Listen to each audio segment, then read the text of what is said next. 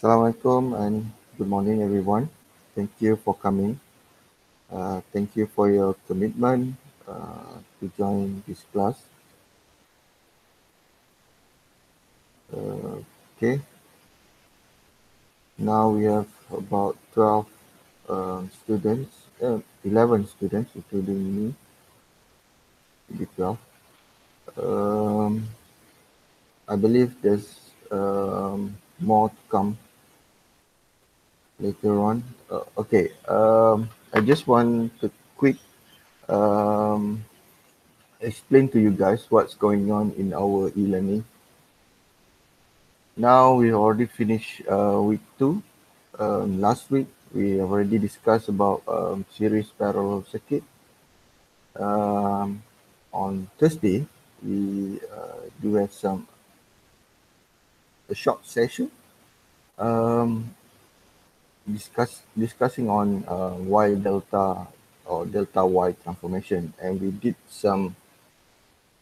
not some lah, one example, very good example on the transformation. And if you have a look at our e-learning portal, I've already um, gave you guys with homework where you need to submit it by 30th of October, last Friday.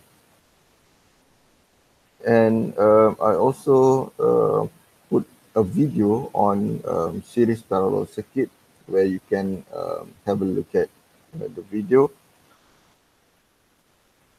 Apart from what I'm delivering in this class. Okay, this week, so we continue our lesson, week 3 basically. Week 3 in our e-learning portal, I've already uploaded your lecture notes. The lecture note I will be delivering later on. And if you look at the other materials I put inside e-learning, we have class activity as usual. I'm going to leave you guys with homework. You need to finish the homework by Friday, this Friday. And I also put some videos on the content of this lecture. It's about nodal analysis, mesh analysis, and also some mathematics revision on how to solve simultaneous equation. The first one is if we have two unknown variable, and the second one is when you have three unknown variable. Both videos, the way to solve the simultaneous equation is by using inverse matrices. Maybe you're familiar with solutions such like elimination, substitution, maybe for those who are more advanced, maybe using Cramer rule. However, here I will show you, or the video show us how to solve simultaneous equations, either two unknown variable or three unknown variable using inverse matrix. Okay, that's for the e-learning. Later on, maybe you can have a look at our portal. The second one is about our lecture plan. Can you clearly see the words over here?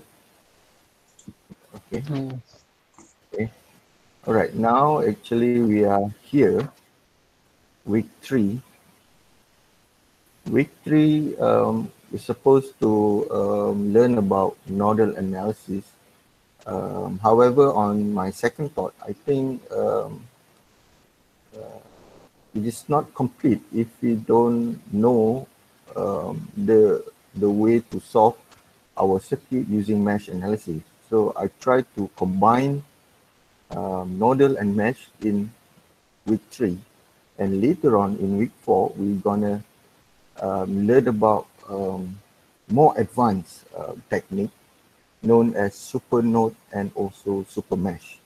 Basically, earlier what I planned was Nodal and later on Supernode. But on my second thought, I think you also need to know the knowledge of mesh analysis in order to easily understand how to solve Supernode problems.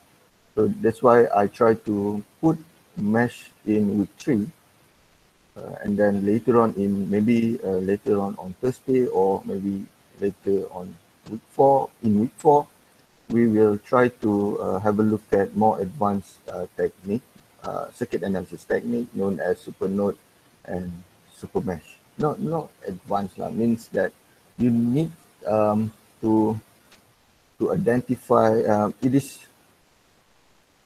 Let me say it like this. You cannot solve the circuit using either node or either mesh analysis. And you need to have another way. Or another option means that you need to identify that the characteristic or the arrangement of the circuit itself, the way we solve the circuit, we need to apply the knowledge of Supernode and Supermesh. So that's all about it. Okay, and this is my first reminder on your assessment. Okay, if you look at the right column over here, I put the date of proposed date of our test 1. Basically, you have 2 tests, test 1 and test 2. Test 1, we're supposed to have test 1 on Friday, 27th of November, at the end of this month. The content of test 1 should be up until this part, until this DC circuit theorem. So I try to finish all the materials up until the circuit theorem, and your test 1, you will test, the question will be up until this part, this DC circuit theorem.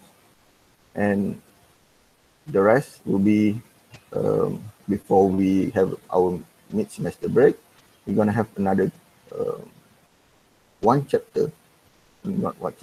topic which is known as first order and also second order circuit. Basically, these two falls in the same topic, which is introduction to inductor and capacitor in DC circuit. Okay, please remember about this test 1. It's very crucial, and I hope you can get very good marks in test 1. It should be your first test of this course. Okay.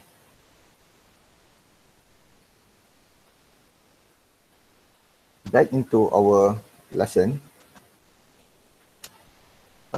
In this week, we try to discuss on a circuit analysis, which is known as nodal and also mesh analysis. So, as I mentioned earlier, if we look into more advanced circuit analysis, we will come across with Supernode and also Supermesh. Basically, Supernode and Supermesh is the expansion from these two circuit analysis. Okay, a little bit of overview about what's going on in circuit analysis. If you look at this overview, we already cover this green part. We already learned about Ohm's law, Kirchhoff's law, and from Kirchhoff's law, we already know about the existence of voltage division and also current division, where this voltage division comes from the definition of Kirchhoff voltage law, and current division from Kirchhoff current law. So we already covered this part from our previous 2 weeks. And this week, week 3, we get into the second method of circuit analysis, which is known, not second, another method of circuit analysis, which is known as nodal and mesh analysis, where if you look at the hierarchy over here, the extension of nodal analysis should be known as supernode, and we also can expand our mesh analysis towards super mesh analysis. So we try to focus on this part this week. Maybe in week 4 or in week 5, we try to have a look at this circuit theorem later on. Okay. What does it mean by nodal and mesh analysis? It's a powerful technique for circuit analysis. You should know that. It's actually for electronics and electrical and electronics engineers should really master these two powerful techniques. The first one is nodal analysis. Nodal analysis, the way we solve, the way we work on the nodal analysis should be based on Kirchhoff current law.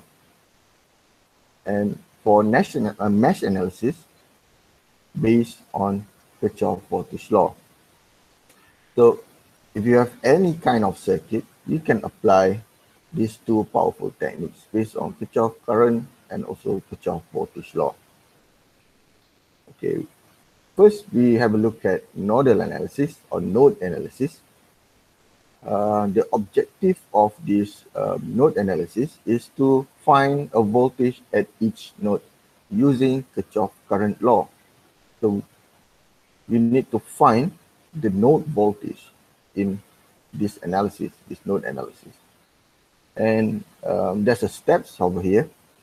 The first one, we need to determine the number of nodes in a circuit.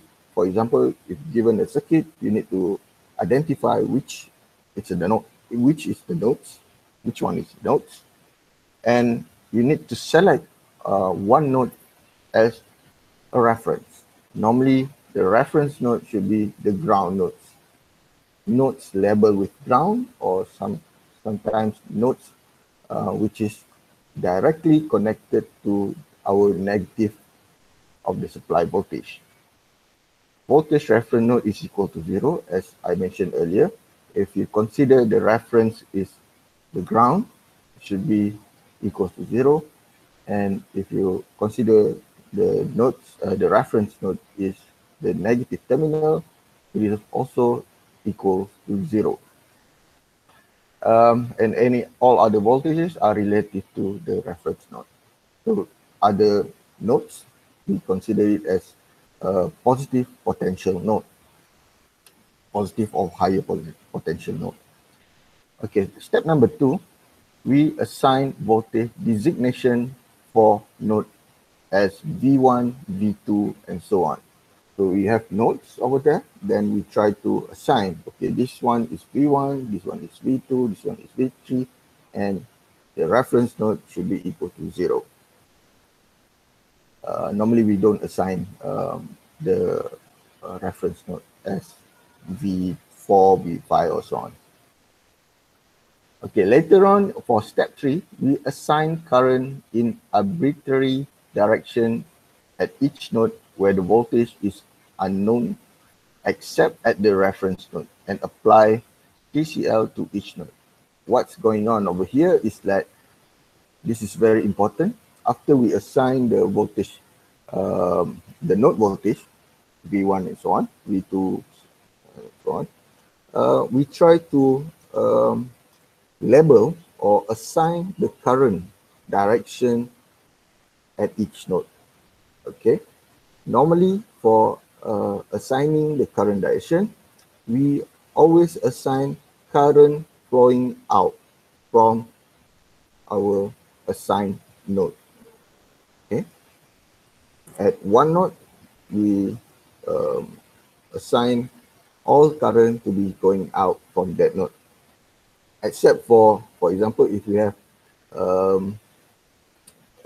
current source, which is current flowing into the node. So we cannot do anything about that. Other than that, if it is connected to resistors and so on, you need to assign the current to be in the direction of flowing out from the node. Okay, and the last step is to express the current equation in terms of voltages and solve the equation for the unknown using Cramer rule or simultaneous equation, or maybe you can set up a matrix and then use inverse matrix to solve the unknown variable. Okay, that's the step. So it's useless if we didn't have a look at the example, right? It's just by reading all this, we cannot understand anything from here. So for example number 1, this is a circuit, not very complex, okay. Simple circuit. If you look at the circuit itself, you have current source over here, you have current source 2 ampere over here, and the circuit is arranged to be like this. And first step, if you remember, the first step is to determine the number of nodes in a circuit and select one node as a reference. So looking at this circuit, we need to determine where are the nodes. So here, I found one node over here. For example, I put it as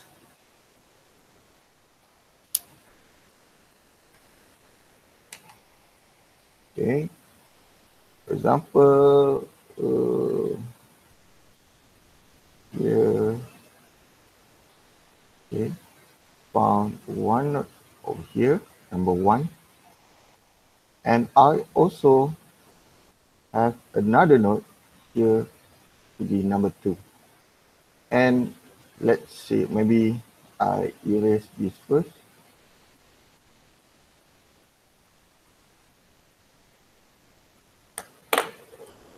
Okay, why I cannot erase it?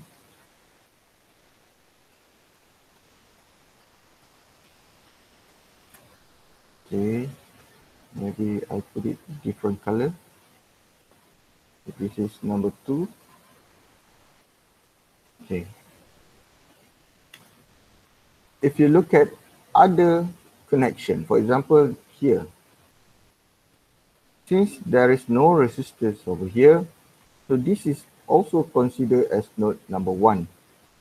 And if you look at this point, this junction, since there are also no resistor over here, this is considered also as node number 2. So if I try to label, so this one is known as V1, this is known as, V2, this is also known as V2, and this is known as V1, and as well as this node also V1. Maybe I erase this first.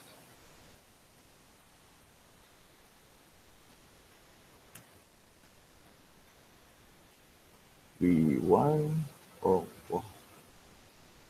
here also V1. Okay, that's our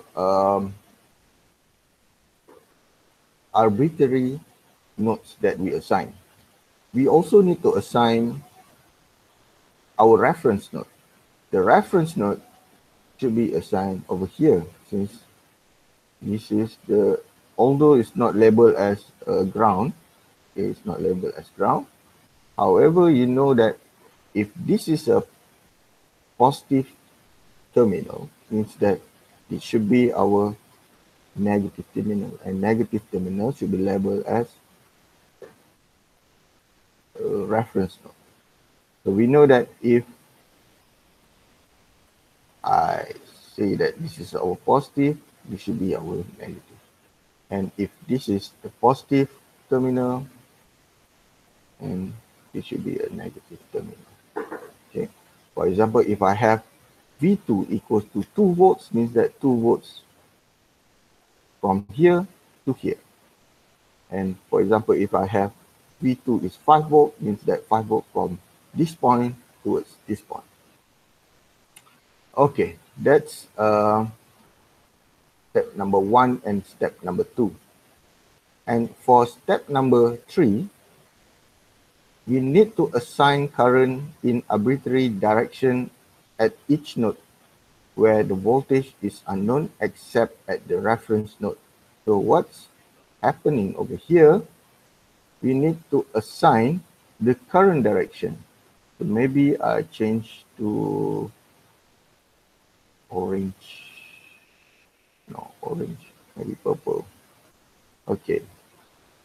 If we assign this as V1, means that we need to assign current flowing out from V1 like this and like this.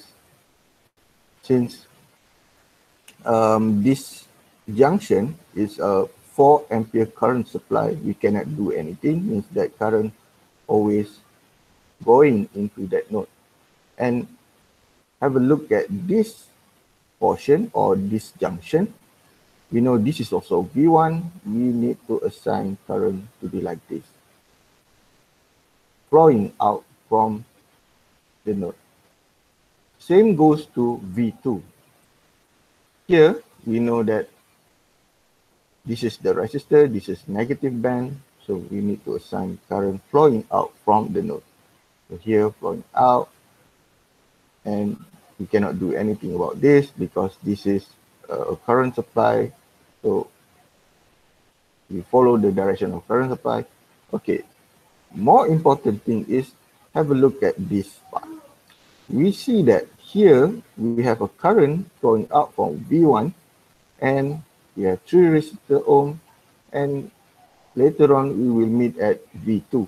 So since we already assigned the current in this direction, we don't need to assign it over here. So we need to make it consistent with what we have already assigned. Means that here also should be in that direction.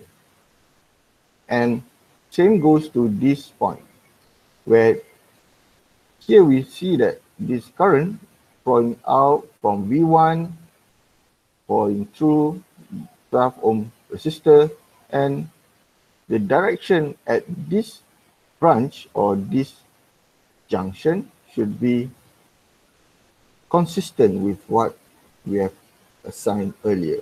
So you need to be consistent in assigning your current direction.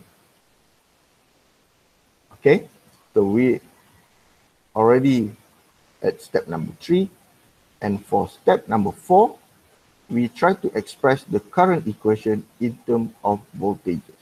So we have a look at the solution over here. See, here,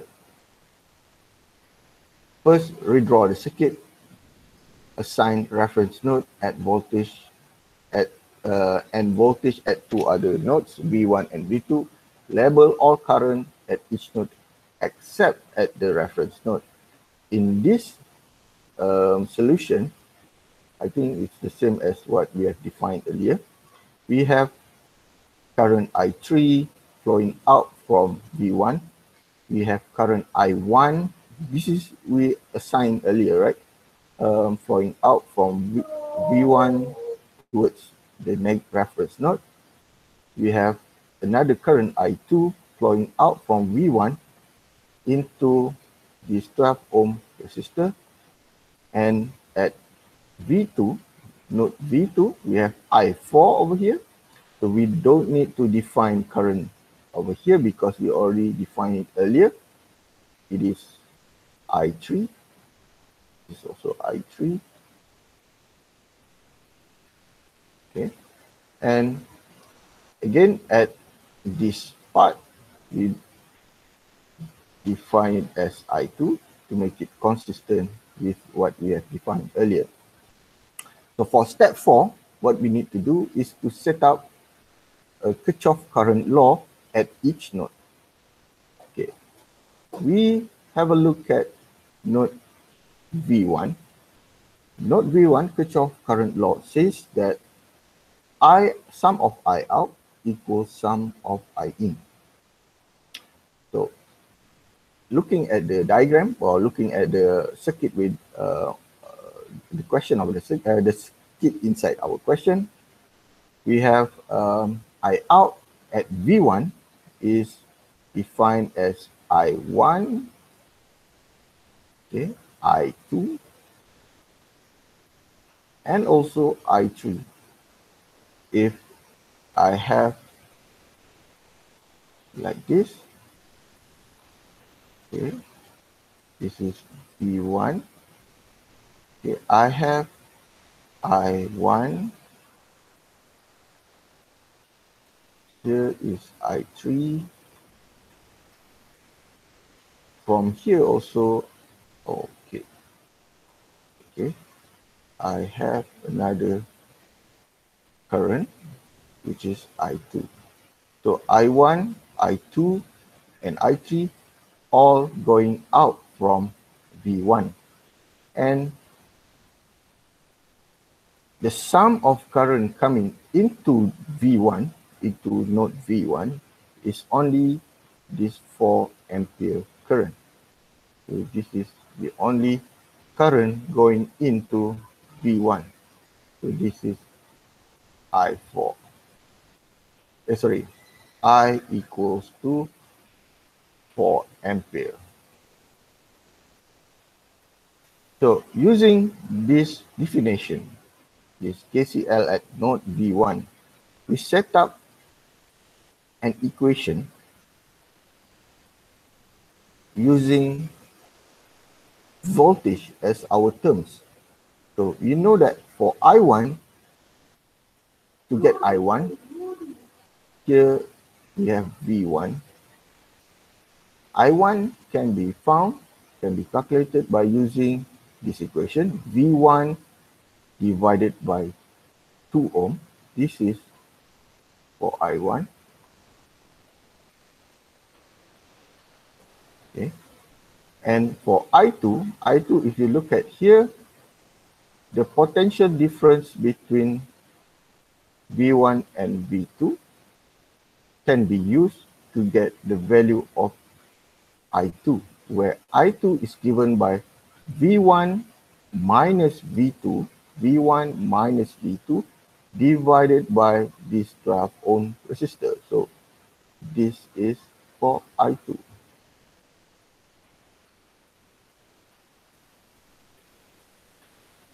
And for I3, look at here, I3, V1, since the current is flowing that way, we can assume that this node, this point is this point has higher or more positive compared to this point. So we can say that for I3, since the current flowing that way, I3 equals to V1 minus V2 divided by this 3 ohm resistor. So, okay. Right. And later on we have 4 over here. Then after you simplify this equation, you will end up with this equation. We have 2 variables, unknown variable over here. We have V1 and also V2. Okay, maybe the sign is missing over here. 6 V1, 7, 11. Okay.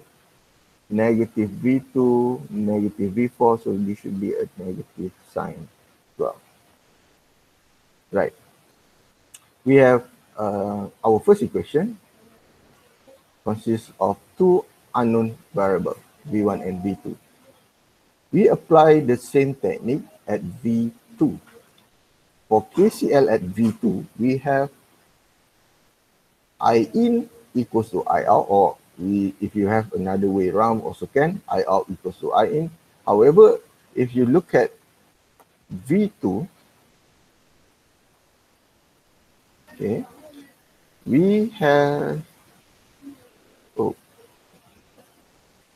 current over here is I4. Let me label first. V2. Okay. We have this current I3, and also we have one current coming from the 12 ohm resistor known as I2, and also we have this current which is supposed to be that way, right? But I cut it to be this way. This is I equals to 2 ampere. Okay, we have 4 currents connecting at node number 2 or at V2, and we have the arrangement of current going in and flowing in and going out from that node. So now, using this definition, we set up a Kirchhoff current law over here. I in is given by I3 and also I2. So I2, I3. I out is given by I4 and this 2 ampere current. So depends on how you're going to solve it. Maybe you can first bring I4 over here to the left hand side, or you can also remain it over here. The most important things that you need to do is to write down this equation in terms of voltages, in terms of node voltage. For example, I2.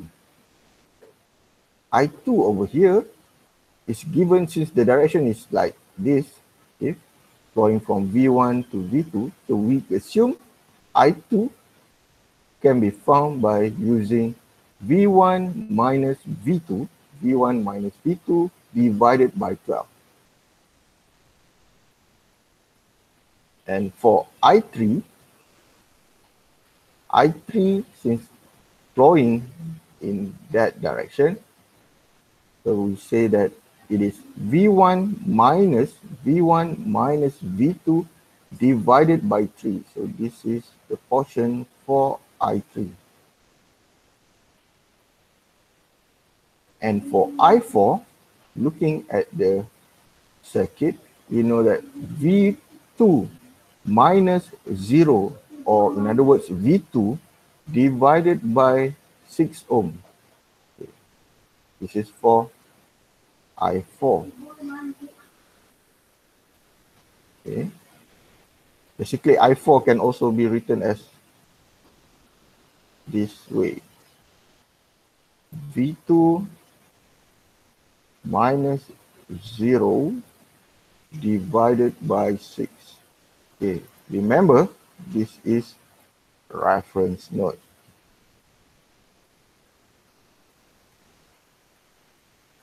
And lastly is the current, the source current, which is 2.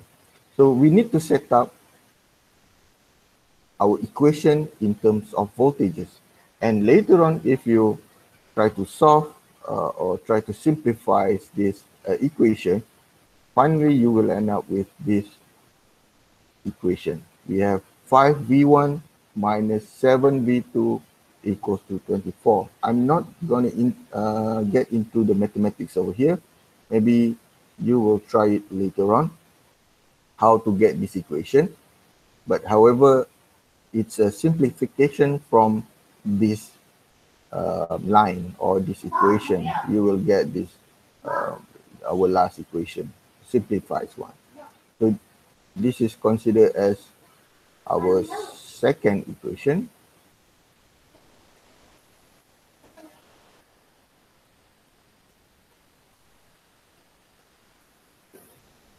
Okay, right.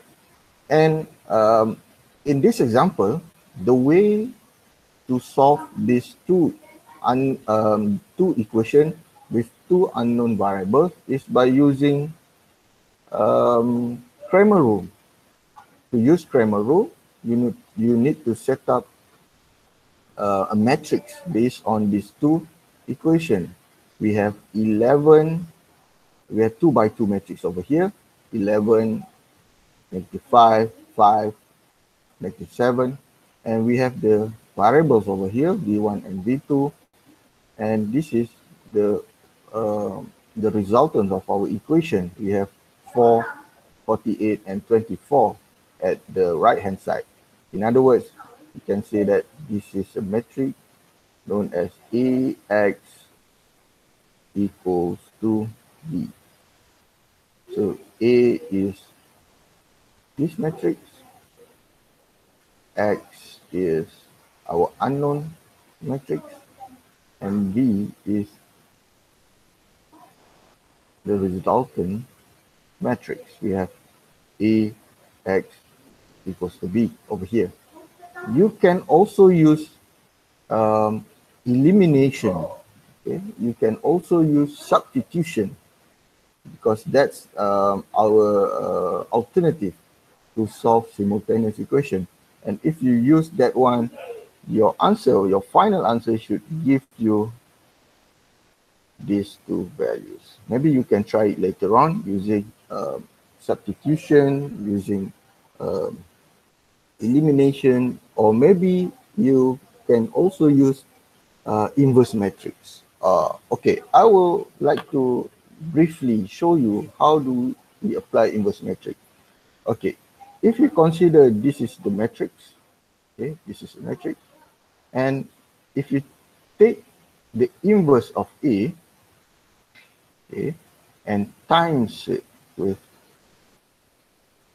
both sides, okay, multiply it at both sides.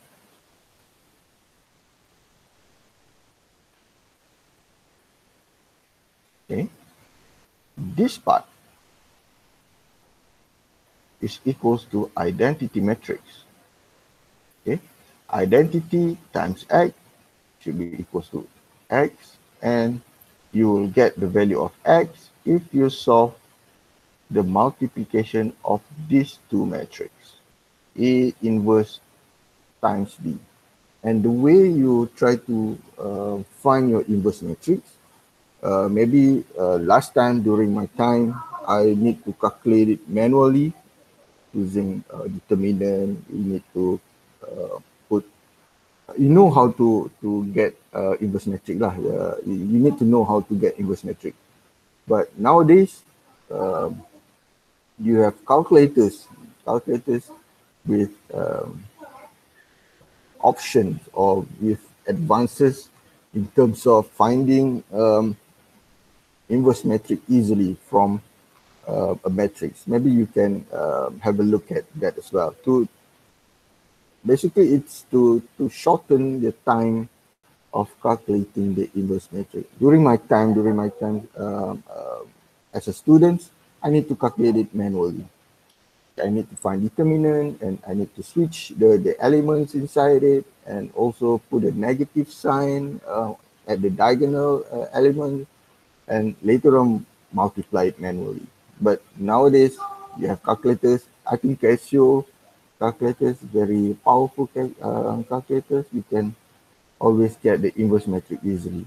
However, you need to know the technique to key in the elements, the matrix element in your calculator.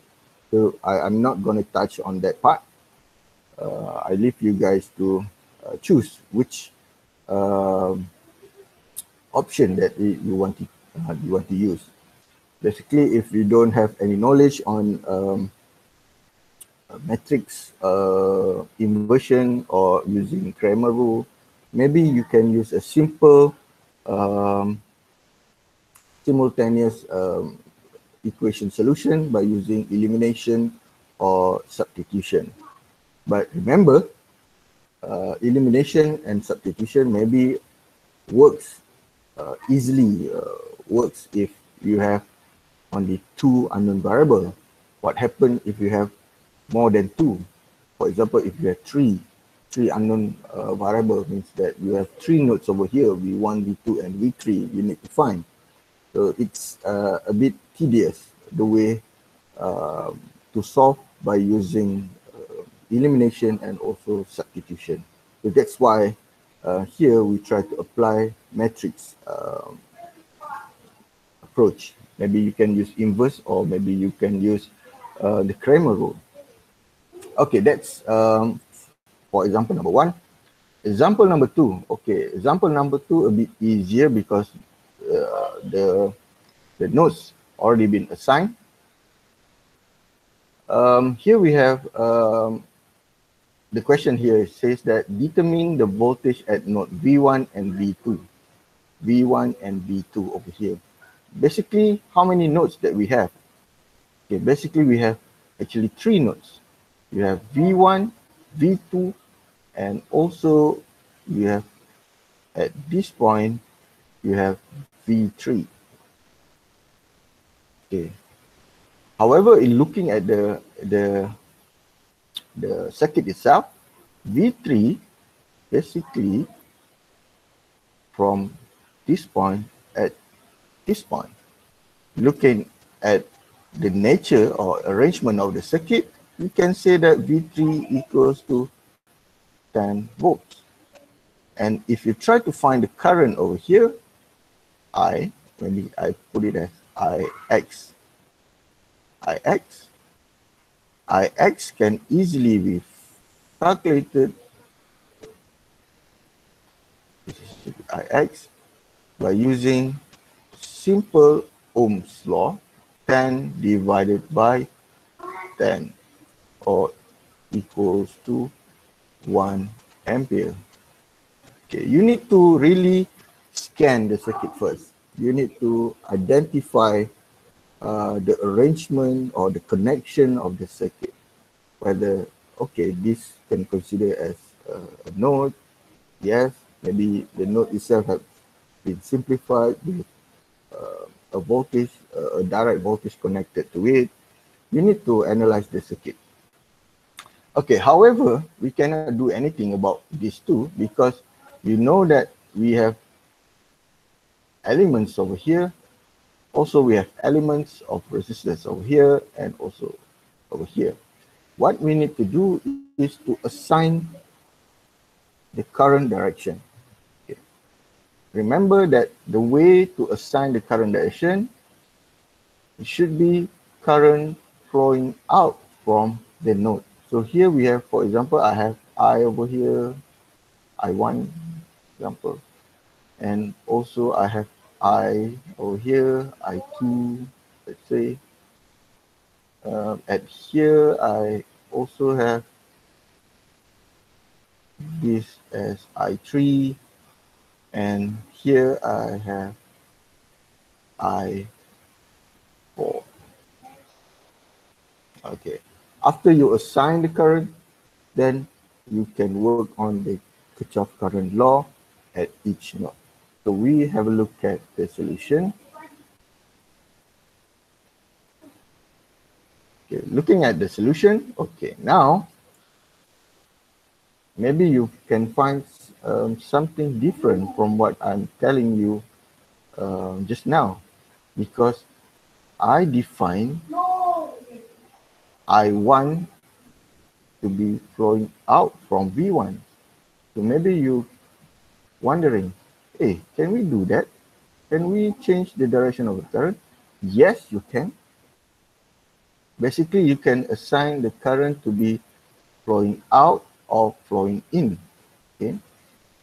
If you consider the current is flowing in, make sure you use correct voltage terms to calculate the current. For example, if we consider the current flowing here, for example, I put it as the rate notation over here for I1. So using my definition, I would say I1 is equals to V1 minus 20 divided by 8 ohm. Okay. And if you consider the current is flowing in the opposite direction, let's say according to the solution over here, I1. I1 in the blue pen over here, given by 20 minus V1 divided by 8. Okay. For the red pen, looking at the node itself, for example, this is V1. Since I consider I1 is flowing out here, and then I have I2 also flowing out, I have 2 ampere current here. The Kirchhoff current law is given by this equation. Sum of I in equals sum I out. I in is equal to 0. I out is equal to 1 I1 plus I2 plus 2. Okay. On the other hand, if you consider the blue current direction, I will have at V1, okay, I have current coming in, which is I1, current I2 going out, and current going out of 2 ampere current supply. The KCL over here, sum I in equals, not I, it equals to sum I out. Okay, I in is I1, and I out is I2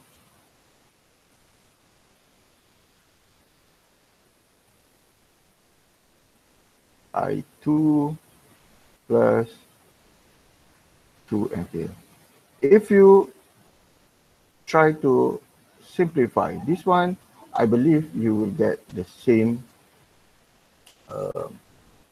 equation, right?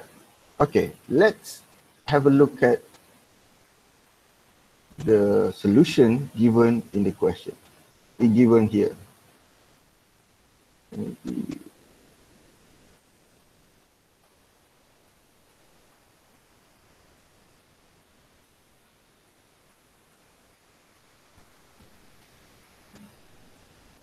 That's the pen.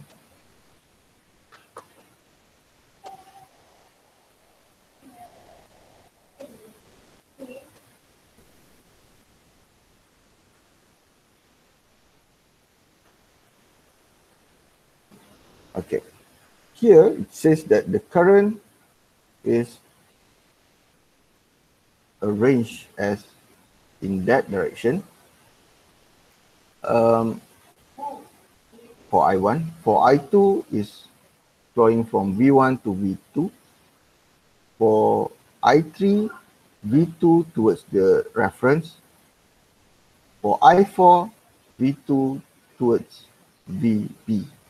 Okay. And here, there's a note over here. Note that there is a voltage source from node A and from node B to the ground. Therefore, VA equals to 20, VB equals to 10. As I mentioned earlier, this voltage is equal to 10 volts over here. It's the same voltage across this 10 ohm resistor.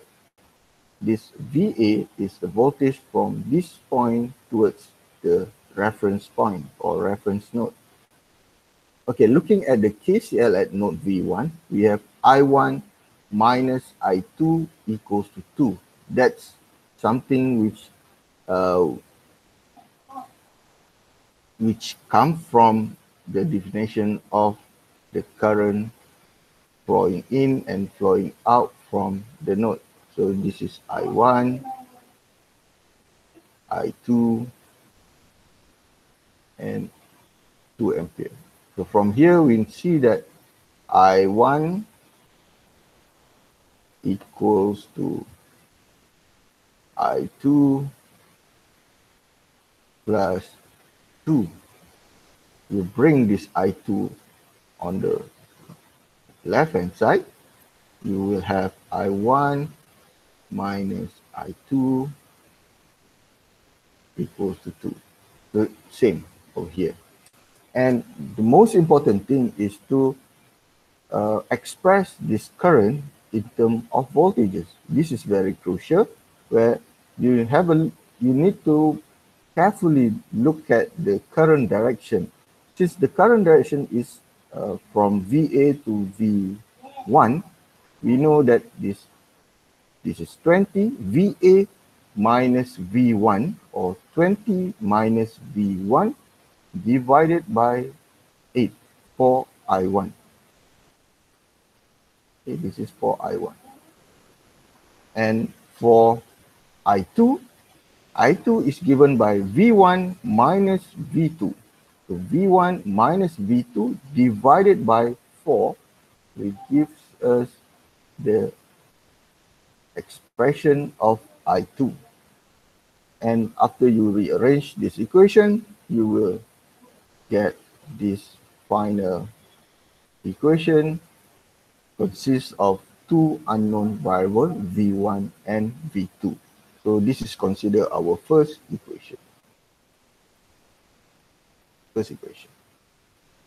And for second equation, we have at node V2. Okay, maybe I'll draw it over here. At node V2, earlier I have a current I2 coming in. I have current I3 out from V2. Maybe I should label this as V2. I have I4 over here. Okay. And this KCL is given from this basis. So we have current coming in. I in is I2. I out is equals to I3 plus I4. So from here, I2 equals to I3 by I4. From here, you need to express this equation in terms of voltages. So I2 is given by, look at I2, since the current is flowing that way, means that we have V1 minus V2 divided by 4, which gives us I2. So this is I2.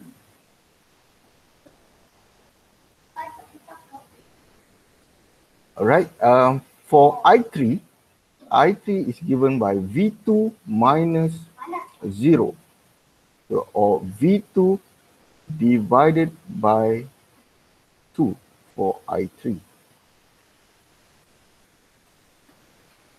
And for I4 is given by V2 minus VB, and VB is defined as 10 volts. So V2 minus 10 divided by 2 for I4. Okay, and then simplifies these terms, this equation, you will end up with this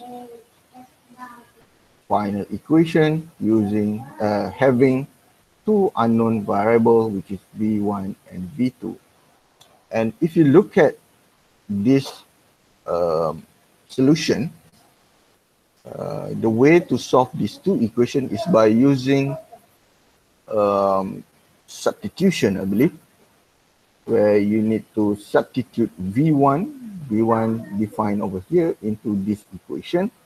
So V1 is substituted into equation number 1, and you will get V2.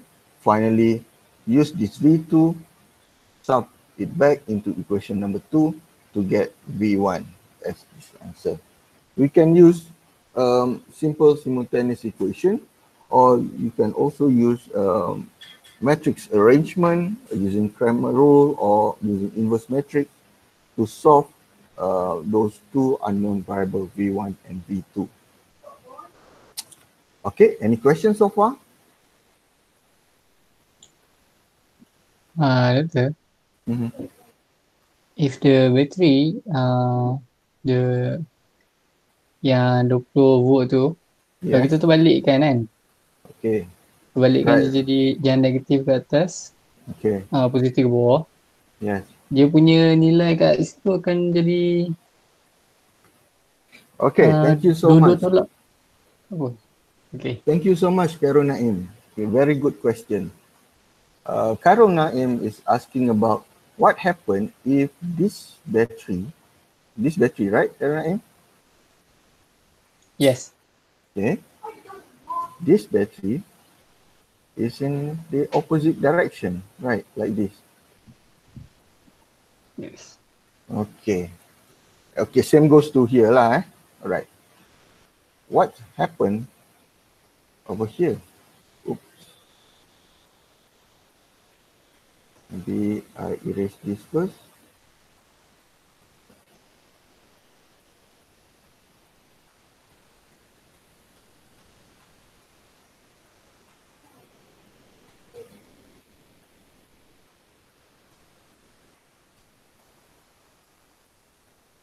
Okay, we redraw it back.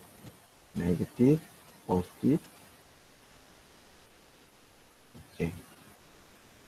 If we have something which looks like this, okay, the thing that happened or the thing that changed in our solution is that this VA should be defined as negative 20 volts. Okay. If you didn't define this as negative 20 volt and straightforward try to solve this one. So what you need to do, since the current is flowing that way, you still need to use this negative 20 volt minus V1 divided with 8 as your I1. Okay. The current, we already assigned the current. Please don't change the direction of the current. We already assigned. What we change only the polarity of the voltage over here. Let's say if you have a current flowing that way, if you assign the current to be flowing this way, for example, this is I1. If you define the current flowing from V1 to VA, what's going to happen is that we have I1 should be equals to V1 minus, okay, minus 20, okay, divided by 8. And basically this is V1 plus 20 for I1. Am I clear, Dr. Khairul Naim? Yes, Is it okay? Okay. Is it okay? All right? Okay. All right. Maybe later on you should try to use the current direction which is different from what defined over here. Let's say you change this I1 to be in that direction. What happened to your answer? I believe towards the end, your answer should be the same. Not I believe lah, memang it should be the same. Please note that once you define your current direction, please keep it that way. Don't like suddenly flow in this direction, suddenly you change it towards this the other direction. Because if you do that, later on your equation should be incorrect and also should be a bit different from the answer. You will get a different answer from that you should get. Okay, once you define the current to be in that direction, please keep it towards the end of your solution. what you need to revise is just the polarity of the voltage, as I mentioned just now. If the polarity is in the opposite direction, please put this negative value. Okay, same goes to here lah. If this is a negative, should put it as negative 10 volts. All right. Um, any questions so far? Okay, let's take 5. Basically, 1, 2, 3, 5. Yeah, we already took 5.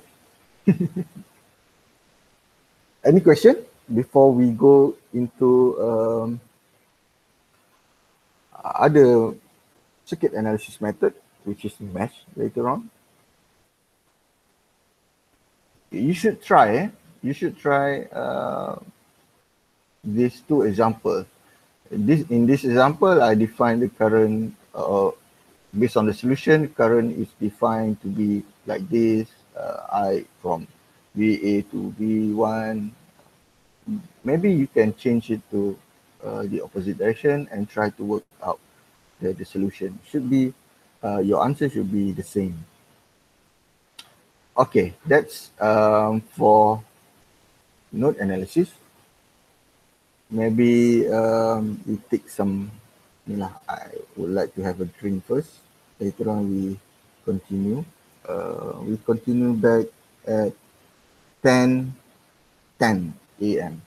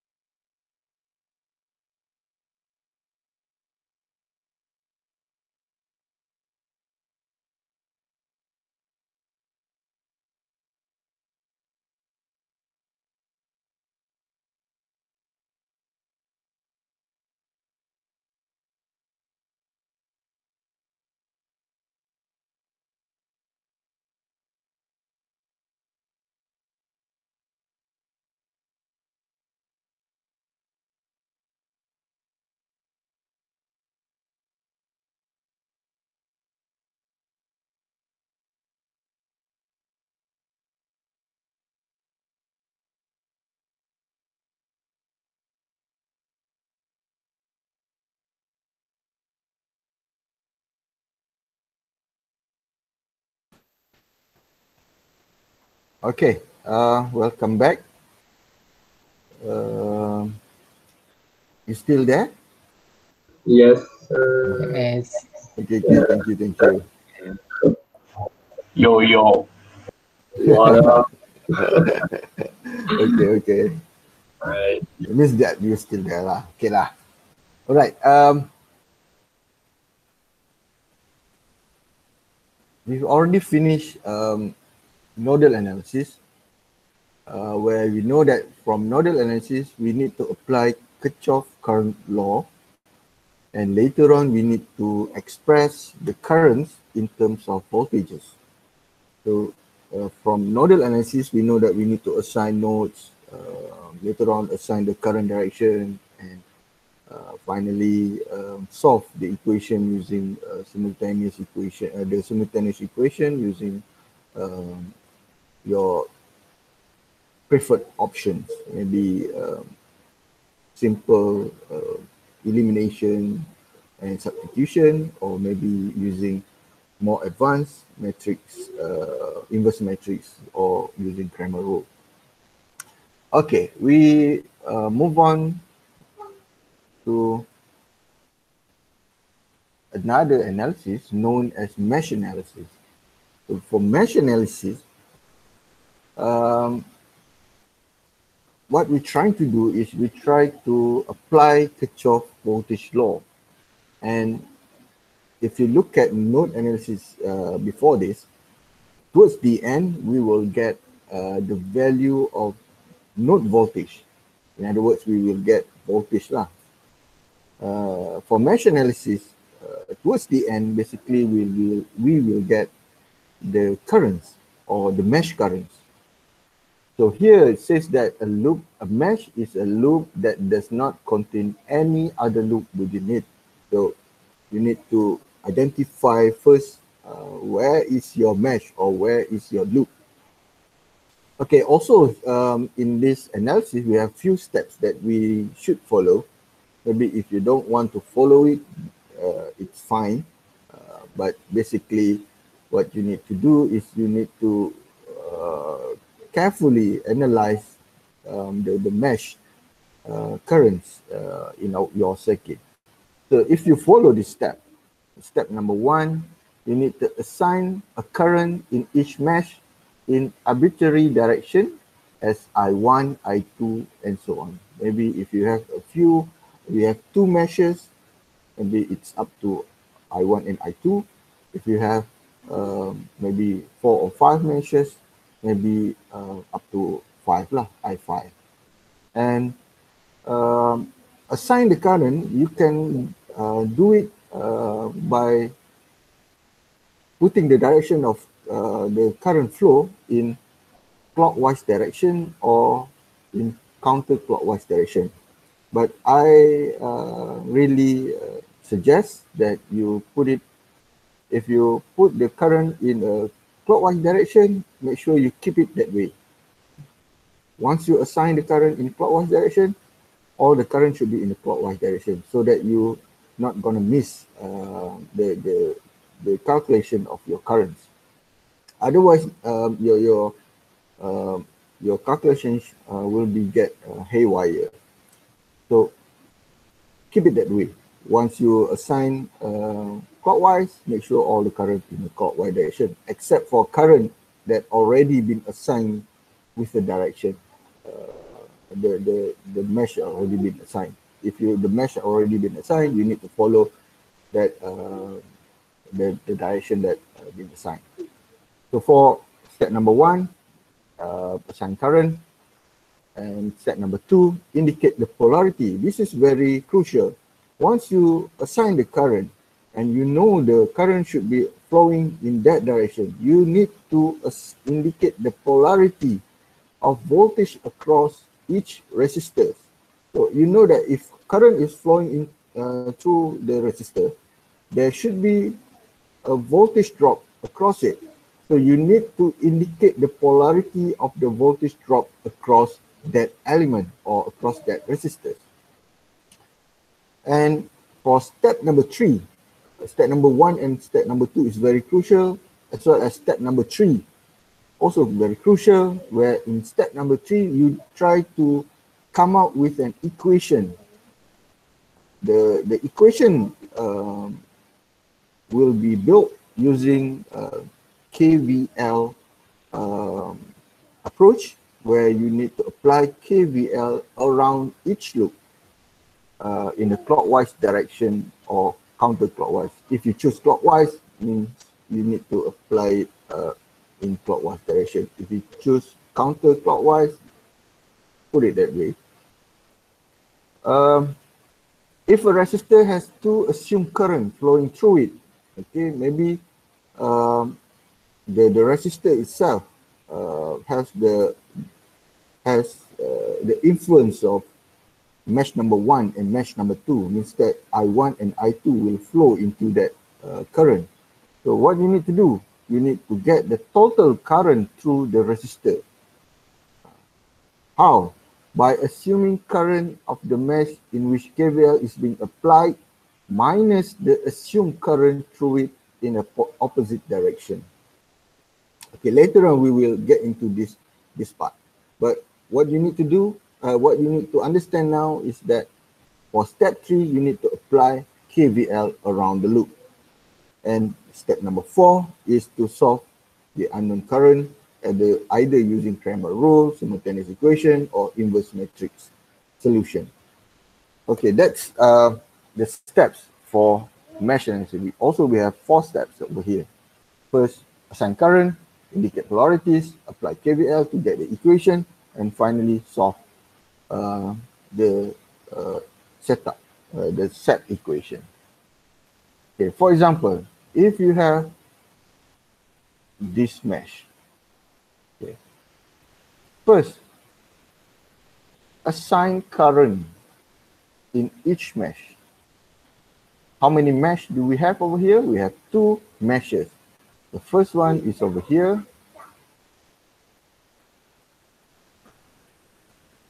And the second one is here.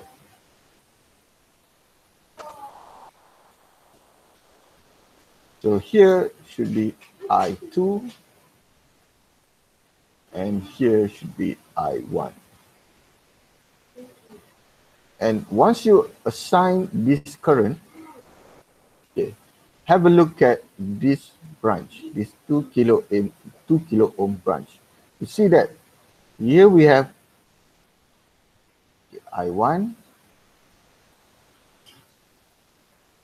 so that here also I1 lah. And I2 is flowing that way. We have I2 over here. And here also I2. What happened to this part? What happened to here? We have current flowing into here and also current flowing into here. Means that the branch over here basically combines both I1 and also I2. Okay, right. The first one is to assign the current. We've done that. The second one is to assign the polarities. So the polarities of this loop, voltage across this loop, appears at the resistors only. So here, this is I1, means that positive minus over here, V1. And since this is 2 kilo ohm, we do have a voltage drop across here. Say that this is V2. Okay. And V2 is given by the current here. Let's say I put it as IX. Okay. And if I try to get the terms of voltage drop over here, the equation of voltage drop over here, V1 is given by I1 times 1 kilo ohm. Should be like this lah. Okay, 1 kilo ohm. And for V2,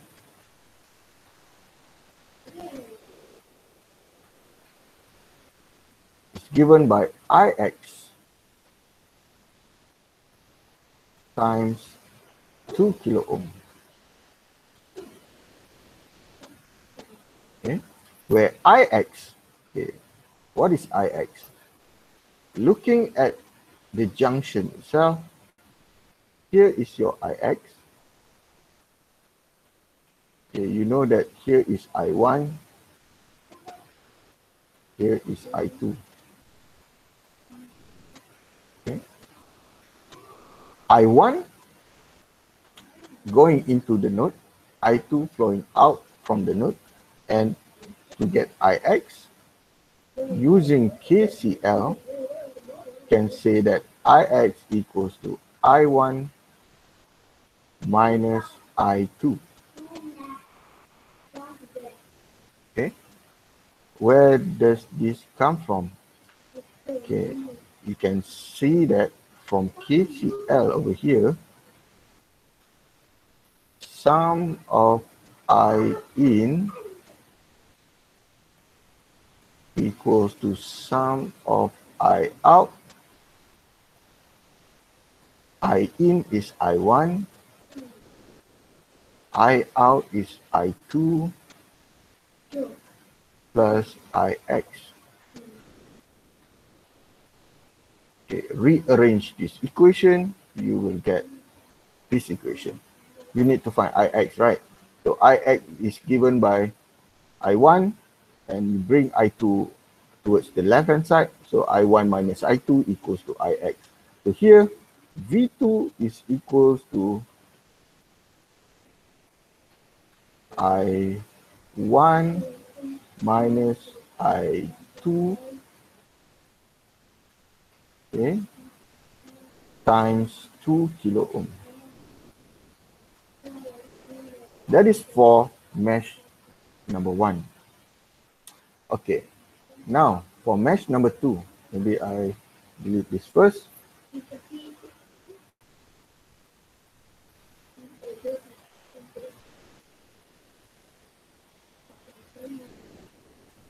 For mesh number 2, you will consider the voltage drop due to current I2.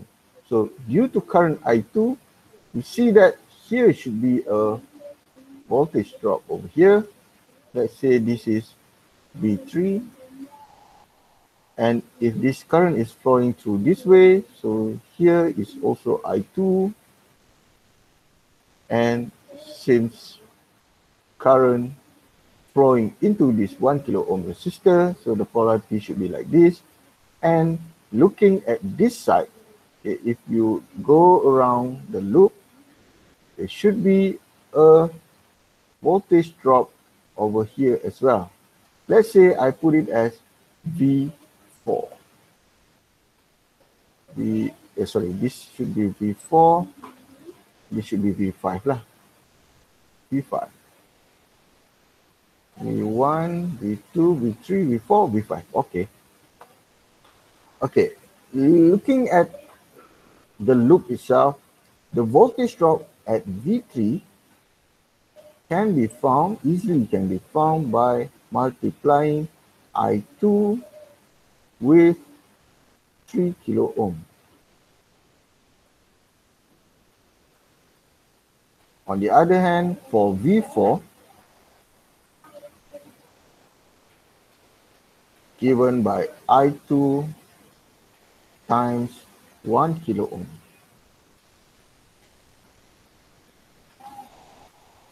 Okay. However, for V5, V5, since the current is flowing this way, means that there is a current flowing in that direction towards this 2 kilo ohm resistor. V5 is given by, let's say I put it as IY. Okay, IY times 2 kilo ohm. Okay. And how do we get this IY, the equation of IY? So here you need to consider this junction over here. Okay, junction over here, you know, as this is your IY, and I2 is in that direction, and I1 is in that direction. So IY, I can say that IY is equals to I2 minus I1. Okay, times 2K. So where does this I2 minus I1 come from? Looking at the KCL around at this node, okay, we have sum of I in equals to sum of I out. I in this case is I2. I out is I1 minus, plus IY. Rearranging this equation, you will get that expression. I1, you bring it to the left hand side, so you can get IY. IY is given by I2 minus I1.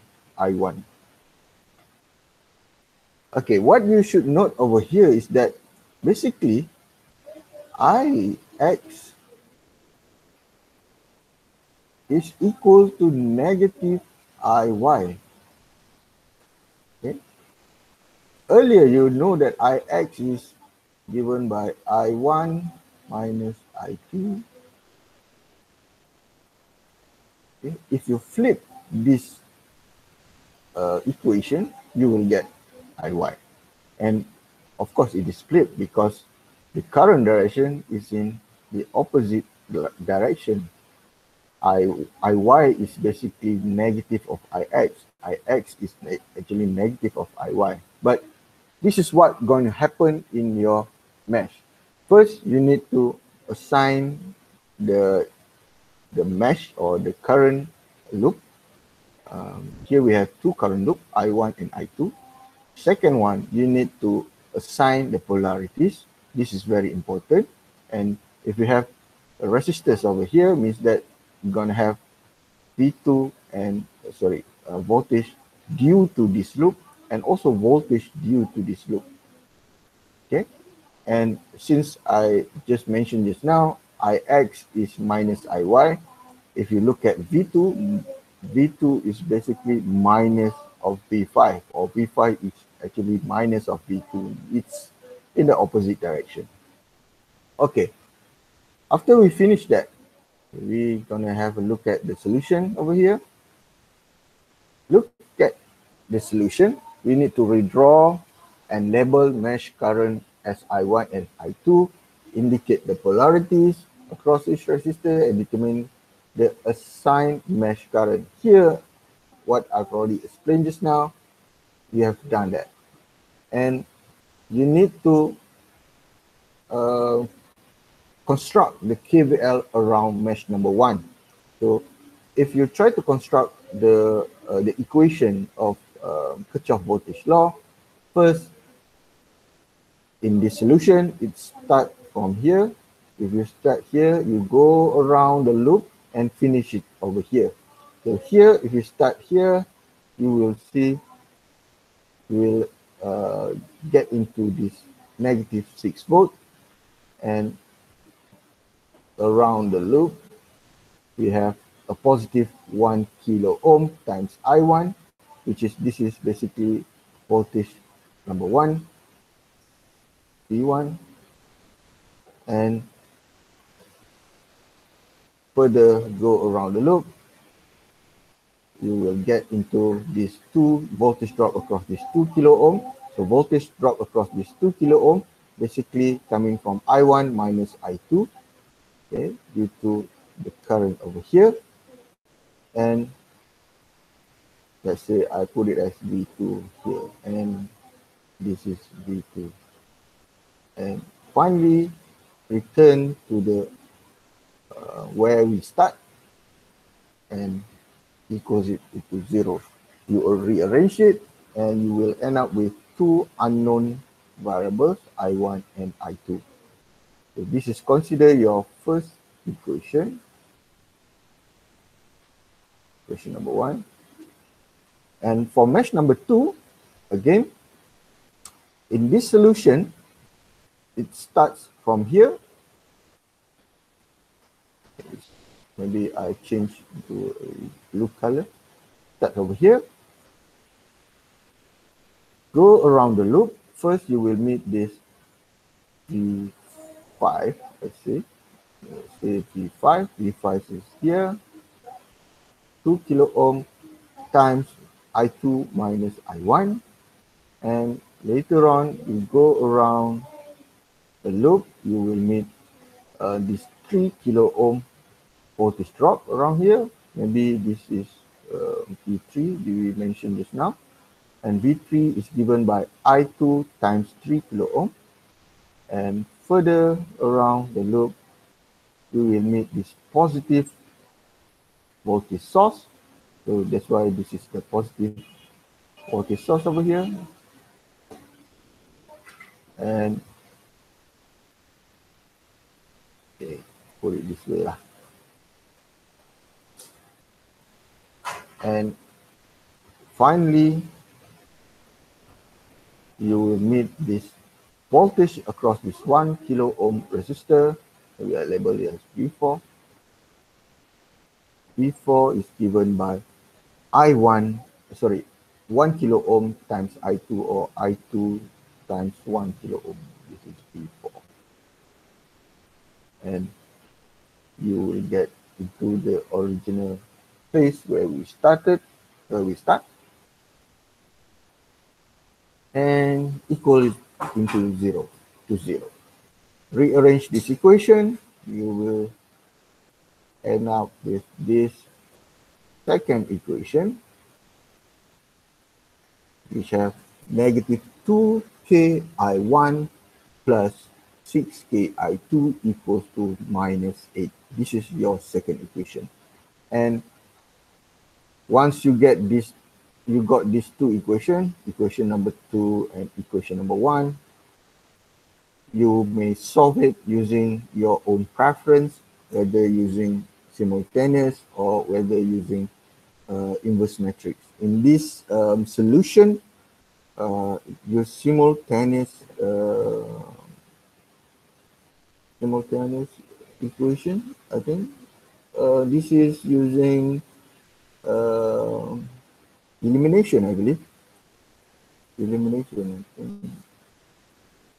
Equation number 1 times 3 at equation number 3 and equation, yes, elimination. This is by using elimination, I think. So you can use either elimination or substitution or inverse matrix to solve. The most important thing is this part. Oh. Okay. This is where the part which is very crucial. Okay. If you didn't get these two equations right, means that useless lah. This one is useless. You need to get these two equations right in order to get this equation also correct. Otherwise, if you use matrix or more advanced matrix inversion or Cramer rule, you spend time to do that. However, your equation, the first two equation, or maybe your KVL equation is wrong, no point. So make sure this part is correct. This is very important. This one is something just a mathematics. You apply mathematics the knowledge on mathematics to solve it. But here is the knowledge of electrical engineers, how to you analyze the circuit using mesh analysis. Okay, we have a look at second example. Okay. In this example, let's say we have to determine the current in each mesh. So first thing you need to know is where is your meshes. So in this case, we have two meshes. Let's say I put it as clockwise direction as well over here.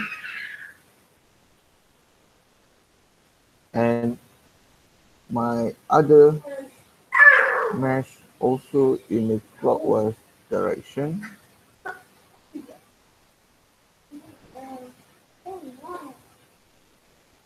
Okay. And once you assign the current direction in your mesh, remember you need to assign the polarity of voltage drop across each resistor. Let's say this is my resistor number 1. Since I1 is flowing that way, so I assume or I know that this is I1. So here I have positive and negative on this side. And since going around the loop in that direction, I have I1 also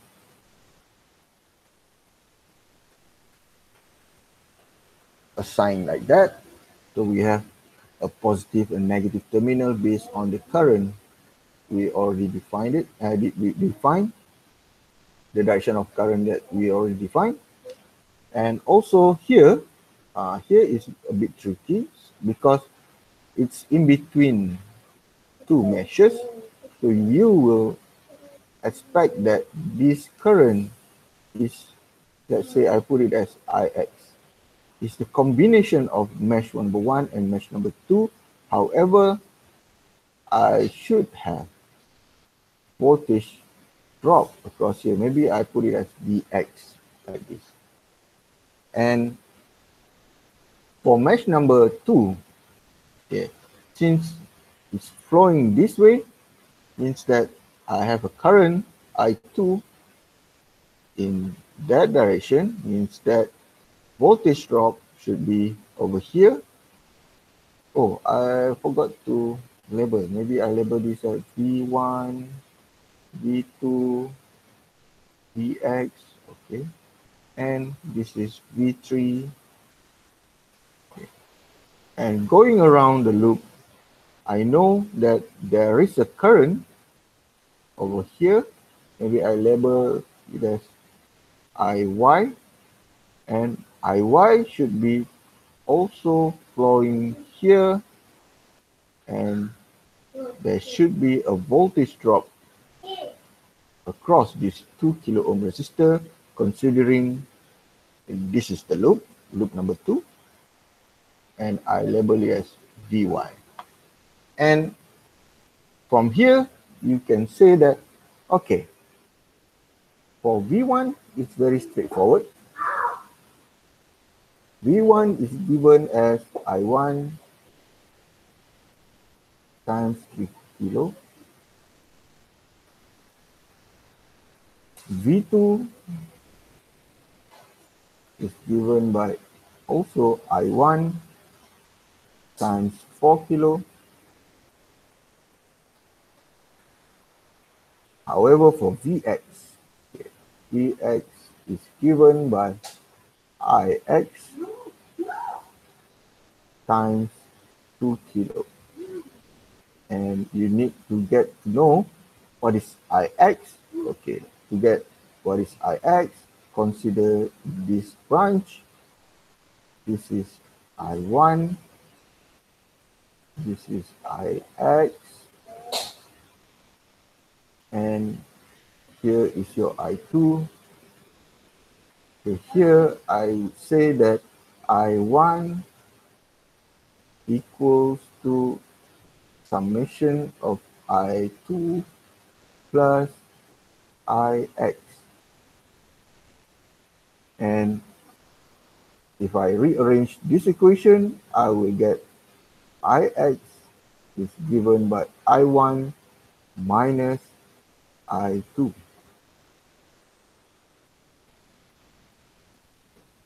Then times 2 kilo.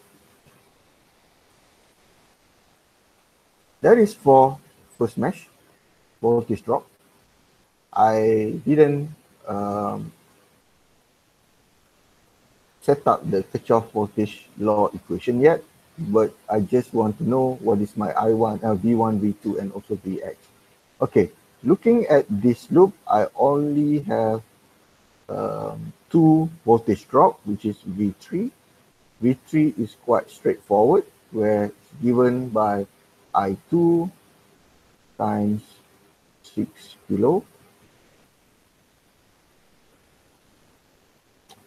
However, for Vy is a bit work. I need to be, you need to analyze what is the value of Iy first in order to get Vy. Iy times 2 kilo over here, and to know what is the expression for Iy, consider this point, okay? That point, I put it like this lah. Okay. This is Iy is going upwards. I have I2 over here, and I1 is going towards the left side. Oh my goodness. Why I cannot use eraser?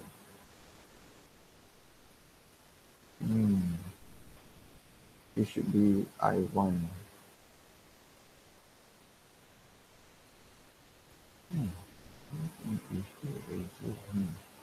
Okay. Okay. Here from the Kirchhoff current law, it says that I2 equals to Iy plus I1, because I2 is current coming in, I1 and Iy is the current going out from this point. So here I have Iy is given by I2 minus I1 times 2k. Okay. So this is the terms equation of voltage drop inside the circuit. I have, this is for mesh number 1, this is for mesh number 2. However, I didn't set up the Kirchhoff voltage law yet. So let me see the full solution. Okay. For mesh number 1, you look at here, voltage drop over here, 3k times I1 is basically voltage over here. This is V1. And 4k times I1 is basically voltage drop across here. V2, let's say V2.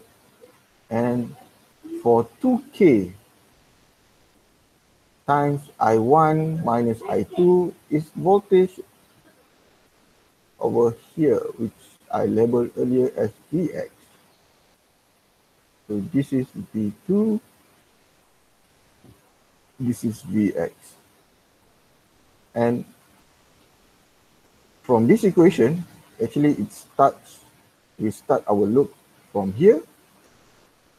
First, we meet this positive 3 kilo times I1. Later on, maybe I cannot use that eraser. Why?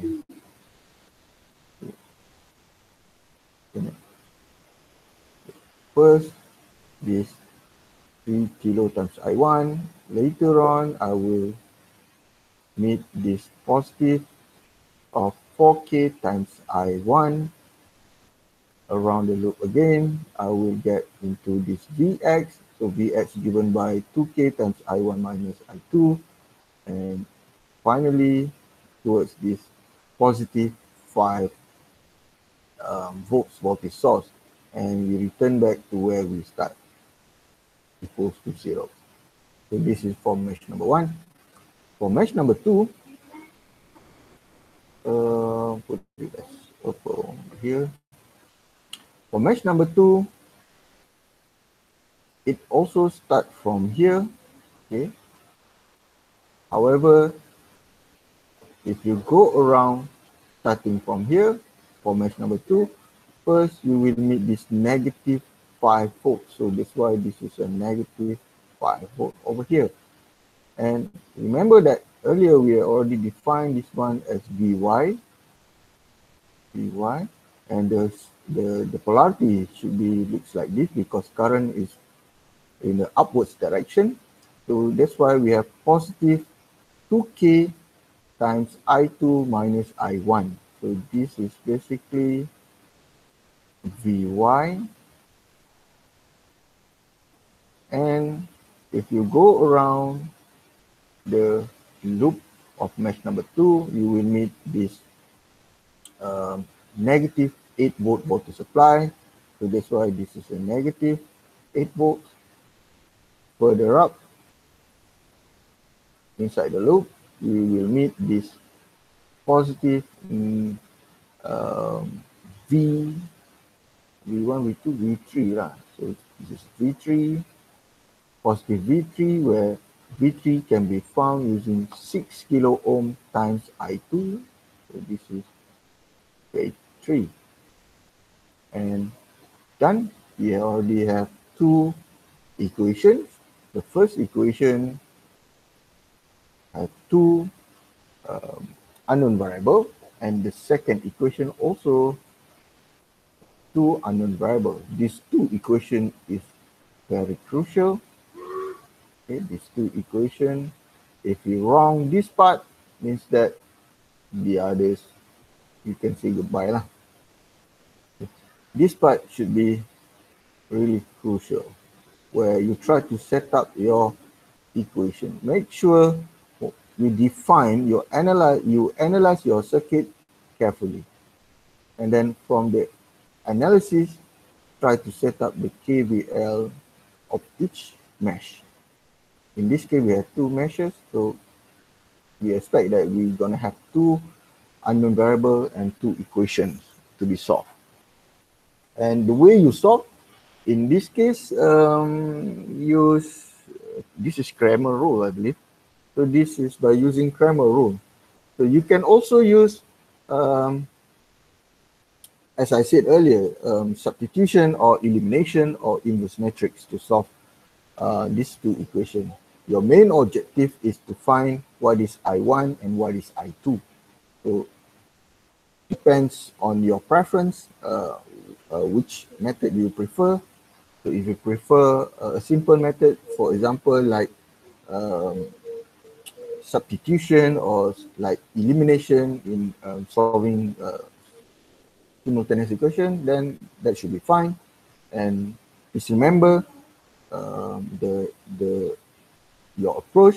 If you choose that kind of approach, maybe for 2 unknown variable, then it's okay. However, if you have more than 2, you may start thinking about set up maybe Cramer rule, using Cramer rule or using inverse matrix.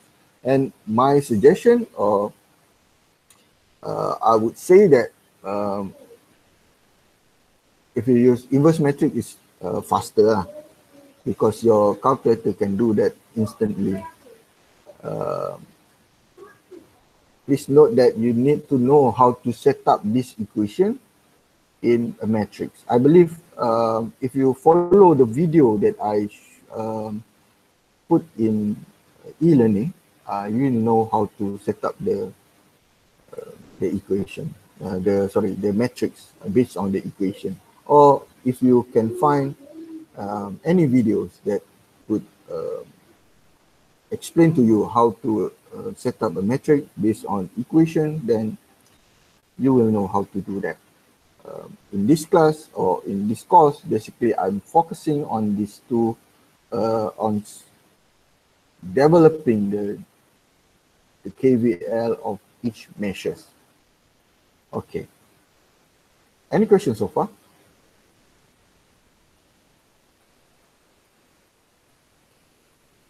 Any question? No.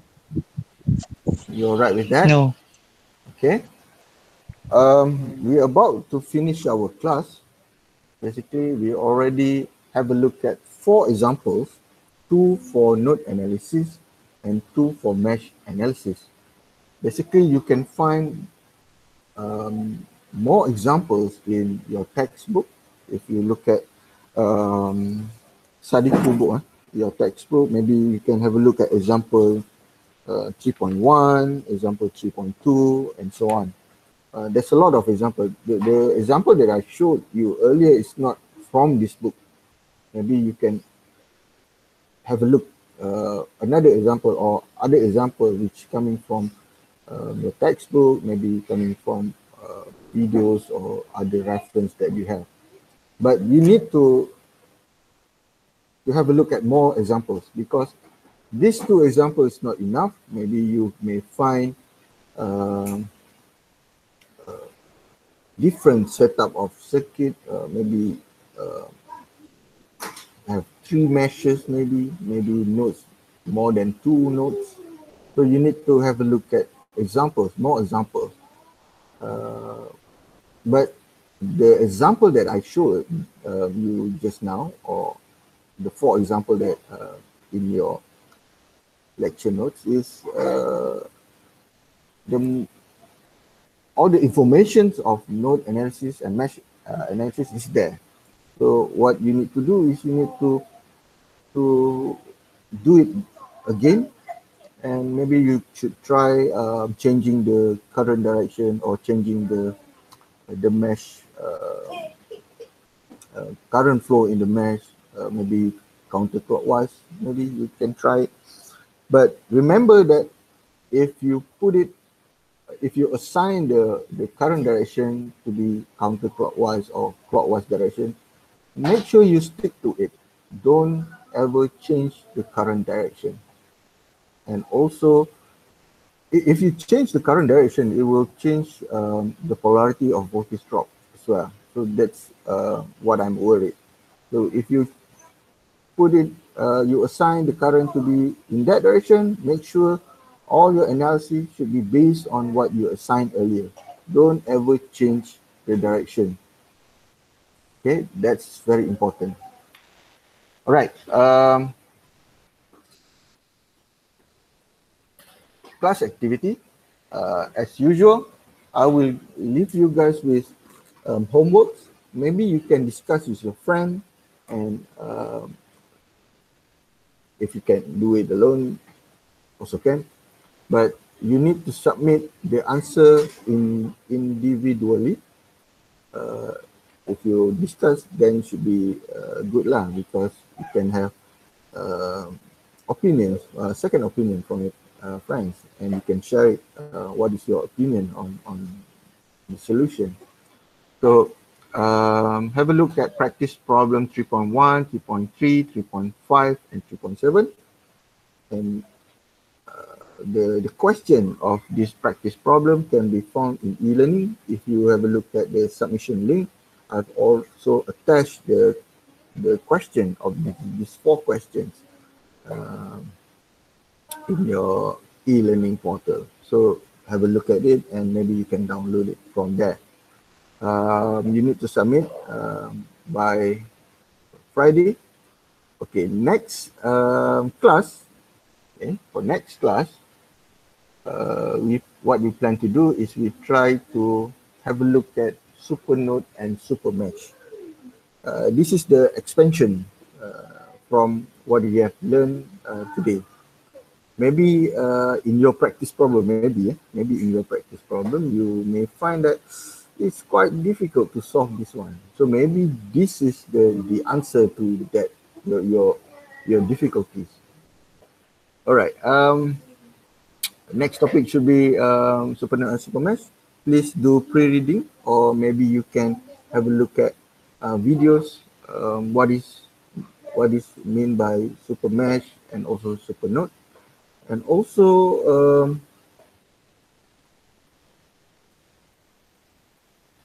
what else? Yeah, I think that's it. Okay. Have any question so far? No. No? Okay. Now, as usual, can you turn on your camera? I need to get a snapshot of this session. Oh, before I forget, you can maybe later on, I don't know whether today or tomorrow, maybe if you look at e-learning, maybe you can get the solution for class activity week number 2, last homework. I will put it later on. Maybe after this I will upload it. Okay, everyone here. I try to snapshot first. Smile. Okay. Wait. Again. One of our classmates from Japan opening his camera. New one. Can you turn on your camera again? I think Wang is opening his camera.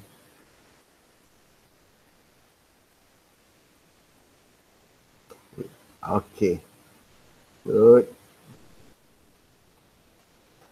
All right.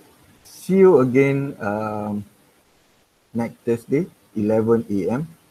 Hopefully, you try to have a look at the problem that I gave to you. All right. Thank you so much for your attention. See you again Thursday. Okay, bye. Assalamualaikum. Right. Thank you, Thank sir. you. Thank you, sir. Thank you. Welcome. Doctor.